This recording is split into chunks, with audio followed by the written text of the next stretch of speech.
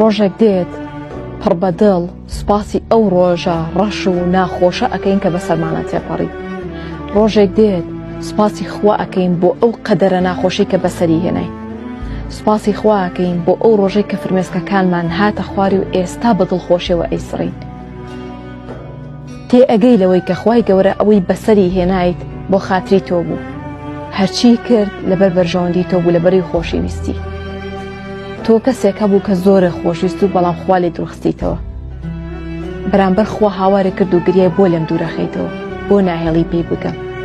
بەڵام خوا لێ دوورەخاتەوە لەبەروی حکمەتی خوای گەورە لەوەیە. خوای گەورە زانایە ڕۆژەکان و ژیانی دوای ئەوەی ئێمە شەبینێت و زانیاری دەربارەی هەیە کە چیمان بەسەرێت.